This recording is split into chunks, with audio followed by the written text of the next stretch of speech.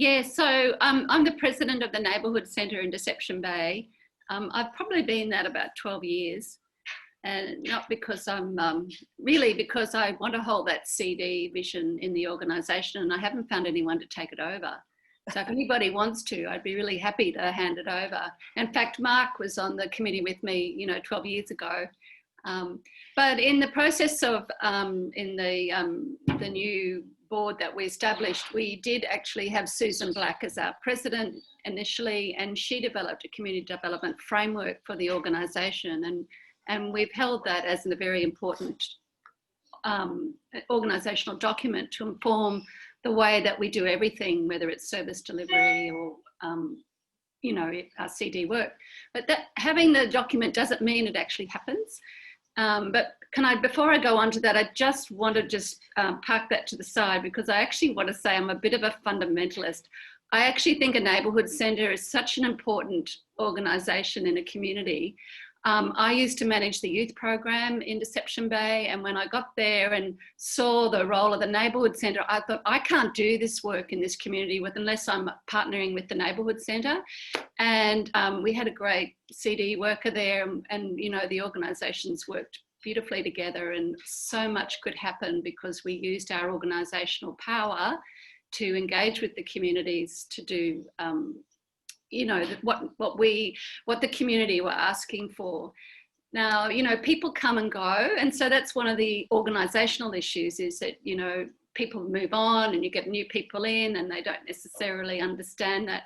But back to the point of the neighbourhood centre is such an important leadership role and can make community development work if it holds that as its overall vision. And then, of course, service delivery can sit underneath that. So that's my position. CD has to actually be the overarching, and we're looking at ways of how we might be able to put it in the constitution, embed it structurally in the organisation. But I just want to give an example. When COVID shutdown came, we know, we've got lots of services that have established in the wake of the work of the Neighbourhood Centre and the youth program. But when COVID came along, they all shut doors. They walked out. And we're standing there going, what about the community? How do we empower the community to deal with this issue? And so our focus was, how do we keep the doors open even though the government's telling us to shut down? So we took a very different tack because of our commitment to working with the community, and people volunteered, and all sorts of things happened as a result of us doggedly saying we are not a service that will shut down. We are central in this community. But as a president,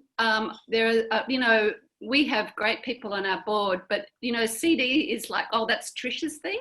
So even though they are interested in it, they don't really, probably to my fault, I haven't taken them through training. So when I came along and got involved in this, I thought, oh gosh, we as a sector could organise board training around CD and why it's so important.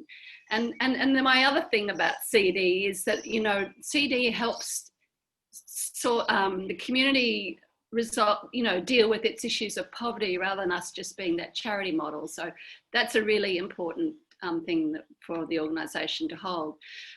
So, and then of course you get directors, and some love community development and some don't. And so how do you then work with somebody who's just not in that paradigm? And, obviously that's through your recruitment processes, but, there's a whole lot of structural things you need to have in place.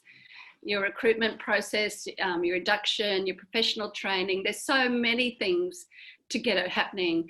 And then, of course, the CD worker is often not in a very senior position. We don't get a lot of funding. So structurally, so how does a CD worker tell other senior staff how to do their job in relation to changing the way that they focus and work with their clients? So that's why it's really got to be very well held at the board level, at the director level, and then across the staff in the ongoing training, dialogue, part of the induction and stuff like that. So we haven't got all of that in place, but in a way, this process has inspired me to go, oh, there's a way through this action learning that we've been doing over 10 years. This is what we could actually aspire to do, not only for our organisation, but also the sector. So I'm very, you know, keen that something comes out of this work so that we can keep having this dialogue.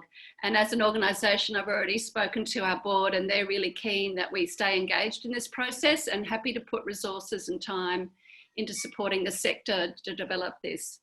And so that's just a little bit. And if people want to contact me, by all means do, just get my email address from Chris and I'm happy to hear from you.